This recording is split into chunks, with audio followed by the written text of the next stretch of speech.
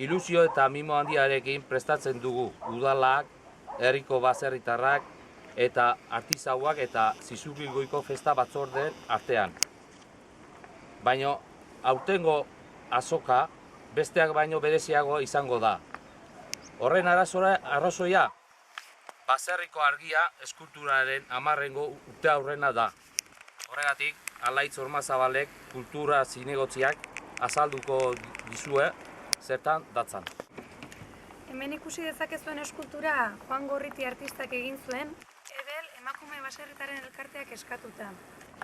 Baserriko argia jarri zioten izena, eta helburua mendeetan zehar baserriko emakumeek egin duten lan isilaren aitortza eta simbolo izatea da.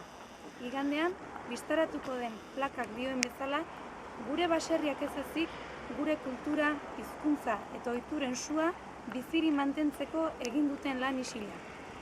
Eskultura hau Zizurkilen azoka egun batez jarri zuten duela 10 urte.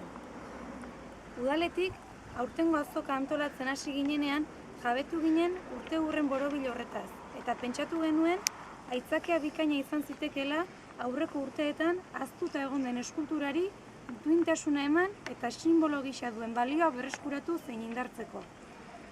Asmo horrekin jo genuen Ebelengana, eta elkarlanean hainbat gauza lotu ditugu. Batetik, eskulturaren esanahia eta historia azaltzen dituen plaka jarri dugu.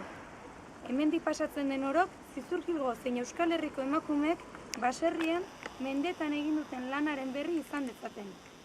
Eta bestetik, azoka egunean bertan ekitaldi bat antolatu dugu. Eskulturaren 10. urteurrena ospatu eta herriko emakume baserritarrak omentzeko.